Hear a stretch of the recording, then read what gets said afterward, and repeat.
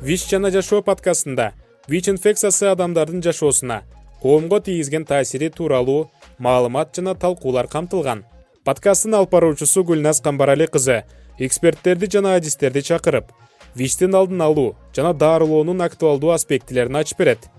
Подкаст маалымдуулукту жогорулатуу, стигма менен күрөшүү жана ВИЧ позитивдүүлөрдү колдоо максатын көздөйт. Саламатсыздарбы, сиздер менен Улан Тала жамааттык мультимедиа борбору кайрадан эле ВИЧ менен жашоо аттуу подкастыбызды улантабыз. Бүгүн бизде конокто Мыктыбек Мамашев, СПИД борборунун диспансердик бөлүмүнүн бөлүм башчысы. Жалал Абад областындагы биринчи эле суроо, сиздерде ошо ВИЧ позитивдүү адамдар кантип аныкталат? Саламатсыздарбы. Негизинен ВИЧ инфекциясын аныктоо бул лабораториялык метод менен аныкталынат. Бизде лабораторияда Жалал Абад областы боюнча негизи ВИЧ лаборатория, 6 ВИЧ лаборатория иштешет бүгүнкү күндө. Алардын ичинен эгерде ВИЧ аныкталган киши табылган болсо, алардын заключение деп коет. Акыркы жыйынтыктоосун ушу Жалал Абад областындагы биздин СПИД лабораториябыз берет. Жыйынтык берилгенден кийин ал кишилерге эпитрасследование жүргүзүлөт. Кыргызчасы эпителиктөө болот. Ошол эпителиктоодо дарыгер эпидемиологдор ошол ВИЧ илдети кайсыл жолдордон жуккандыгын, кайсыл коркунучтар бар экенин, кайсы кооптуу нерселер экенин аныктагандан кийин анан ошол баягы кайсы жолдон жугуу илдетин тастыкташкандан кийин бизге диспансерный бөлүмгө өткөзүп берет. Биз диспансердик бөлүмдө ошол ВИЧ илдеттүү кишилерди ошол аныкталгандан баштап кийинки өмүрүнүн акырына чейинки жашоосуна чейин лечение дарылоо жүргүзөбүз да. Негизинен буга чейин мындан бир 2-3 жыл мурун ВИЧ илдеттүү кишилер ВИЧ илдети аныкталганда аябай чукур депрессияга түшүп, стресске кабылып, баягы өзүнүн статусун деп коет, ошо өзүнүн оорусун көтөрүп аябай кыйын болгон. Бирок азыр мына акыркы 1 жыл, 2 жыл арасында ВИЧ илдетинен жаңы табылган учурлар андай деле стресске кабылбай, андай деле депрессияга түшпөй, өзүнүн статусун мурунтан билгендей эле кабыл алып атат. Себеби көпчүлүк учурларда азыр бизде табылып аткан учурлар көбүнчөсү Россияда аныкталып, анан өзүнүн ВИЧ экенин билип, кайра келип бул жерден тапшырып билгени үчүн андай реакциясы туура эле болуп атат да. Жаран өзүнүн ВИЧ позитивдүү экенин билди. Андан кийин аларга кантип колдоо көрсөтөсүздөр, эмне кыласыздар? Же психологиялык жактан жардам көрсөтөсүздөрбү?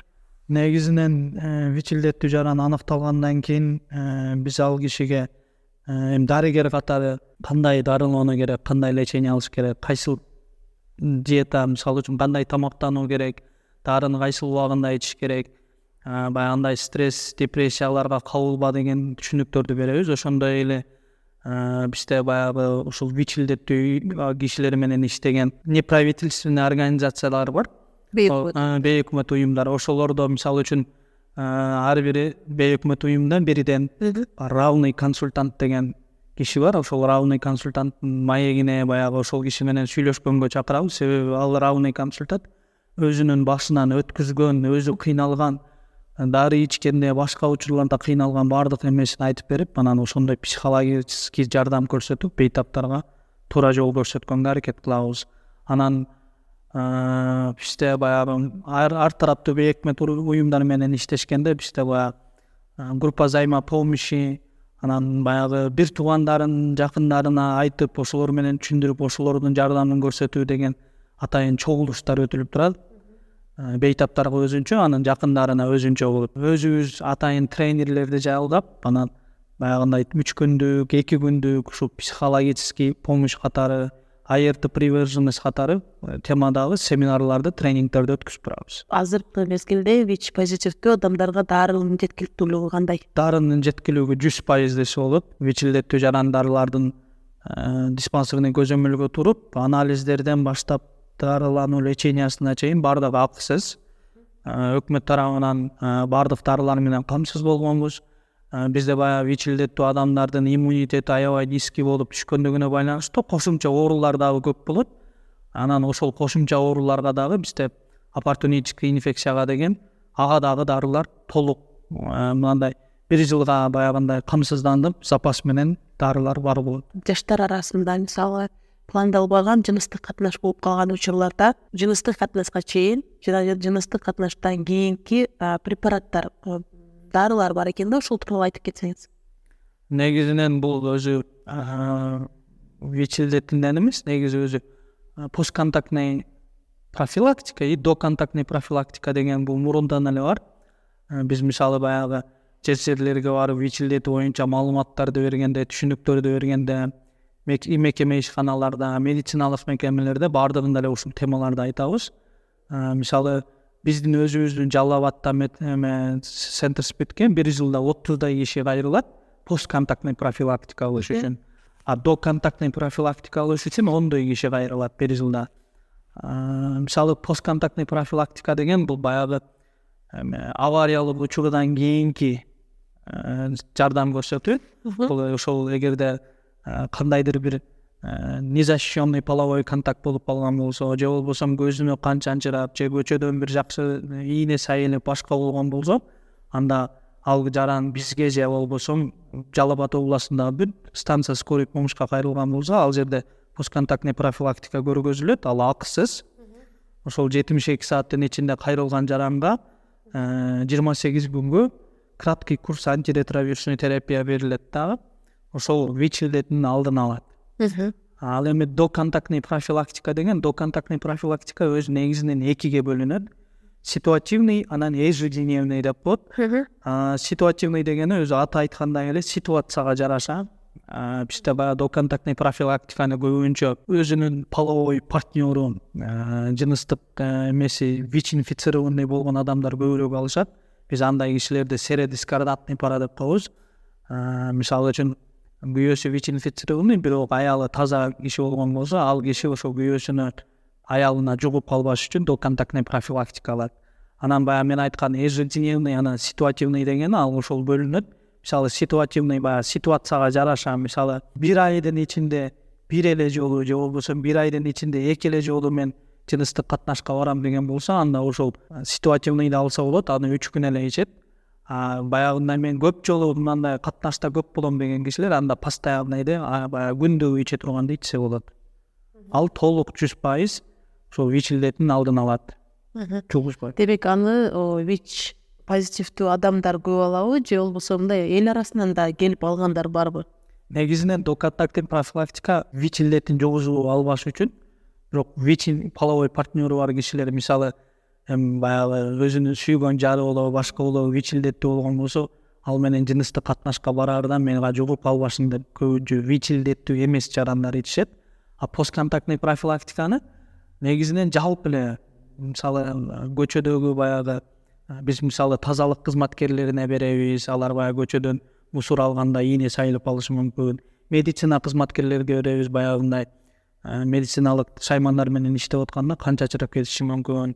Анан жөн эле мындай кайрылган кишилерге деле, мындай случайный жыныстык катнаш менен кайрылган кишилерге деле постконтактный профилактиканы жүргүзөбүз. Ушул дары дармектер жөнүндө жалпы эл билишеби? Жалпы эл билет деп айта албайм.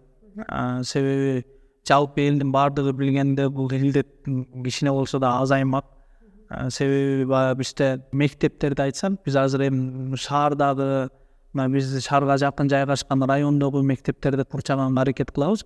Барып атайын баягы 1-декабрга карата мисалы үчүн ошол ВИЧ-спид кандай жугат, кантип сактаныш керек, кайсы учурларда жукпайт деген темадагы семинарларды өтсөк, башка жакта мисалы алыскы райондордо тоо тегинде жашаган элдерге андай түшүнүк жок да. Анан бизде баягы азыр мынагы акыркы 2-3 жылдын тенденциясын алганда ВИЧ-илдеттүү жарандар жаш курагы аябай жаш болуп, мисалы 18 жаштан 25 жашка чейинки кишилерде көп табылып, анан көпчүлүк учурда миграциядан болуп атат. Мен мисалы миграцияда жүргөндүн баардыгын эле жаман жолдо жүрөт деп ойлобойм. Бирок бизде баягы кантип сактаныш керек, кандай эмени колдонуш керек деген түшүнүк жок болгондуктан бизде баягы өспүрүм балдар мектепти бүткөндөн кийин эле Россияга барып иштеп, ошондой фокустан жыныстык катнаштан ВИЧ-илдетин жугузуп алып аткан учурлар аябай көп да. Анан эгерде жалпы жұрт бардығы ушул нерсени бардығы түшүнүп билгенде анда биз кичине токтотконго аракет жасамакпыз да. Анан мисалы өзү Centerspeed деген мисалы Жалал Абадта Centerspeed'те болгону бир 25 эле сотрудник бар.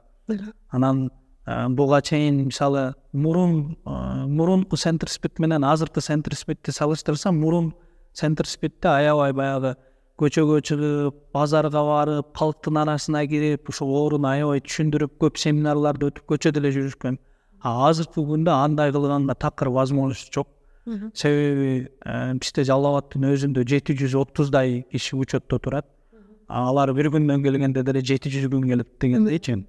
Пациенттин саны көп. Азыр мурун Centerspeed бир гана ВИЧ менен алектенген болсо, азыр биз вирустук гепатит Б, С, Д лечение кылып калгандыктан бейтаптын саны көп болду дагы, биз мындай көчөгө чыгып түшүндүрүү, маалымат берүү азайып калды. Бирок ошого карабастан бизде баягы Instagram баракчабыз бар, анан телерадио, маектерди берип түшүндүрүп алып турабыз, бирок ошондо деле биздин өзүбүздүн күчүбүз жетпейт. Биз баягы бир айлык месячник жарыялаганда обл администрациядан буйрук чыгарып алып, мекеме ишканаларды, окуу жайларды, медициналык мекемелерди, ушундай иштерди жүргүзгүлө, бизге жардам бергиле, силер дагы айткыла деп ошондой буйрук чыгарганга аракет кылабыз, жалпы жөндөн иш кылганга. Анан ошол элдин бардыгына түшүнүк жеткизиш үчүн бир гана Centerspeed эмес, анан көпчүлүк коомчулуктун бардыгы аракет кылыш керек деп ойлойм. Сиздер ошо ВИЧке текшерүүнү кантип жүргүзөсүздөр? Мисалы бардык эле адам барып өзүн ВИЧке текшербейт да. Негизинен ВИЧ илдетине азыр бизде мындай тез жыйынтык берүүчү экспресс метод деген тесттер бар. Ал тесттер экиге бөлүнөт. Бирөөсү шилекей аркылуу, анан экинчиси кан аркылуу деп. Кан аркылууну биз бир гана медициналык мекемелерде жасай алабыз. Себеби кан аркылуу жасаш үчүн мындай чистый зона болуш керек, таза жер болуш керек. Анан шилекей аркылууну биз баягы көчөдө чыгып, акция кылып, баягы элдер көп жүргөн жерге, базарлардын алдына барып, ошондой акцияларды жүргүзөбүз. Көчөдө жүрүп аткан кишилер тез эле 20 мүнөттүн ичинде ВИЧ илдетин аныктап койсо болот деп. Анан былтыр 2023 жылдан баштап бизге мобилдүү клиника берилген. Ошол мобилдүү клиника биздин Жалал Абад областында бүт район шаарлардан, керек болсо тоо этегиндеги население элди деле барып көрүшөт. Ал райондо ошо мобилдүү клиниканын ичинде бүт врачтардын тобу бар, жана ошондой эле ошо ВИЧ илдетини аныктаачу тез жыйынтык берүүчү экспресс тесттер бар. Жылда чыгарсаң, Жалал Абад областында орточо эсеп менен 1 миллион 300 миңдей киши болгон болсо, бир жылда текшерүүдөн болгону 100 миң, 200 миң, 300 миңге жакын эле кишилер өтөт. Алардын 50% медиктер өздөрү түзөт, себеби жыл сайын баягы мед кароодон өтүш үчүн өткүзүшөт. Анан 30% боюнда бар аялдар түзөт, себеби баягы беремдүүлүк боюнча учетто турганда алар сөзсүз түрдө ВИЧке текшерилет. Анан бир 10% күйөөлөрү, ошо беремдүү аялдардын күйөөлөрү жана 10% баягы клиникалык көрсөтмө менен бейтаптар, ооруп аткан бейтаптар текшерилет. Жөнөкөй эл негизинен текшерилбейт да ВИЧке.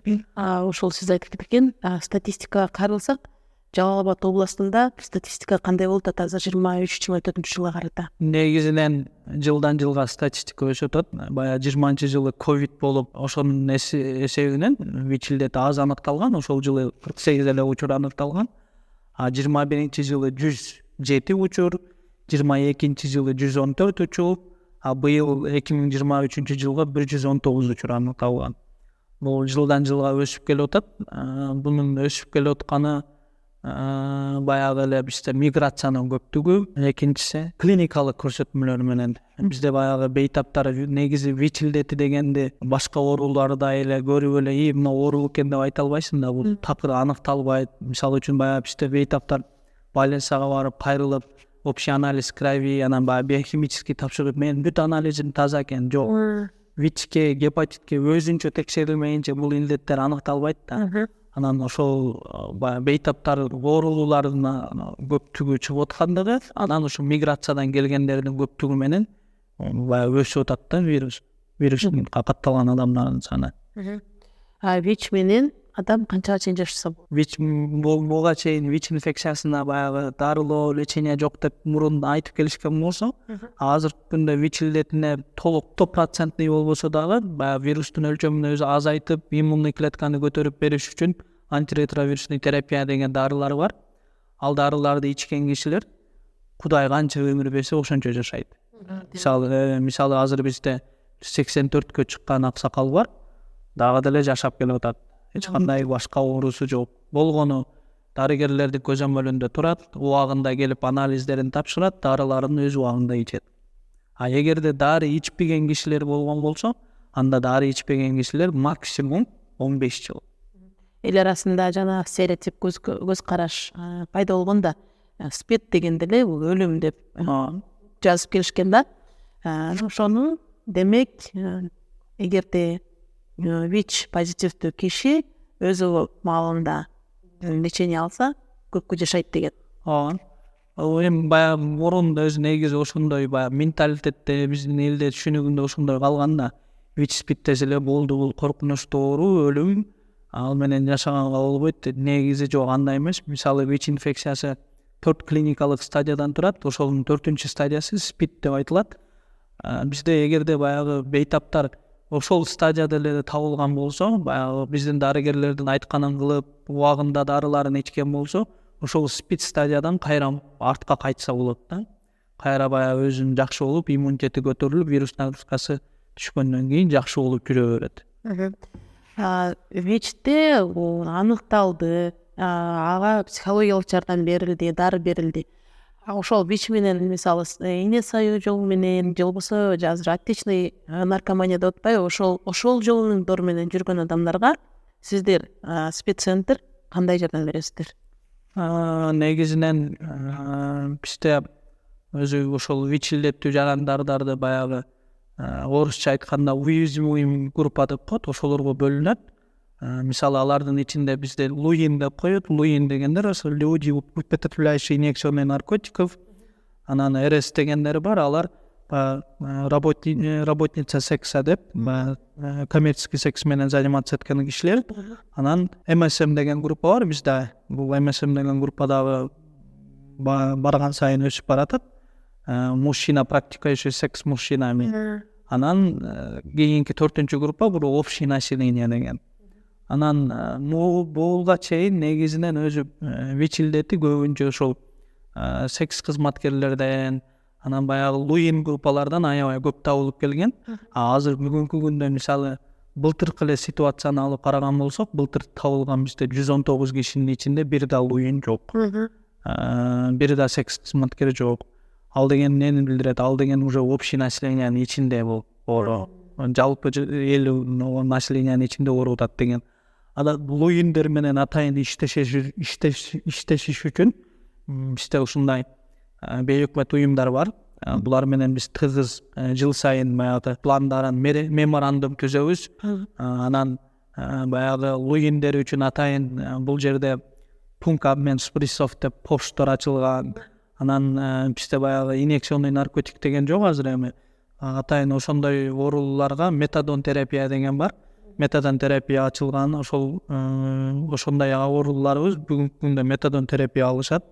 Анан эгерде аларга кандайдыр бир жардам керек болгон болсо, биз тараптан жардамдар көрсөтүлөт. Кандай жардам? Мисалы үчүн кээ бир кишилерди метадонго алып барып подключение кылыш керек болот. Анда ал жакта дарыгерлер менен кеңеш кылып, биздин бейтабыбызды алып барып метадонго подключение кылабыз.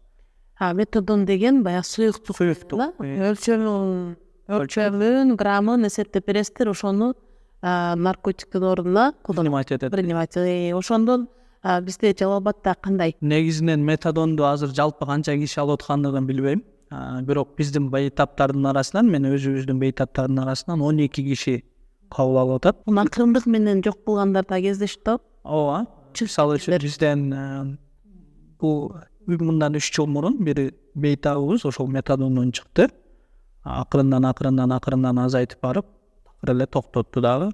Эч кандай наркотик заттар колдонбойт. Азыр болгону ошол ВИЧ илдетине каршы бизден антиретровирусный терапияны алат. Чоң рахмат. Урматтуу угуучулар, биз ВИЧ позитивдүү кишилерди дайыма колдоп, алардын ушул илдет менен жашоосуна ачык болуп, ошондой эле дайыма алардын стигма, дискриминацияга кабылбоо үчүн алдын алуу иштерин жүргүзүшүбүз керек. Эгерде сиздерге кандайдыр бир маалыматтар керек болсо, Жалал Абад областындагы СПИД борборуна кайрылсаңыздар, ошол жерден СПИД ВИЧ оорулары боюнча толук маалыматтарды ала аласыздар. Ошондой эле дайыма анализ тапшырып, өзүңүздүн ден соолугуңузду кам көрүүгө чакырат элек. Сиздер менен Ооган Тала жааматтык мультимедиа борбору жана анын алып баруучусу Гүлназ Камбарали кызы болдум. Сиздин маегиңизге чоң рахмат, Мүлтү мырза. Дайыма ишиңизге ийгиликтер каалайт. Рахмат.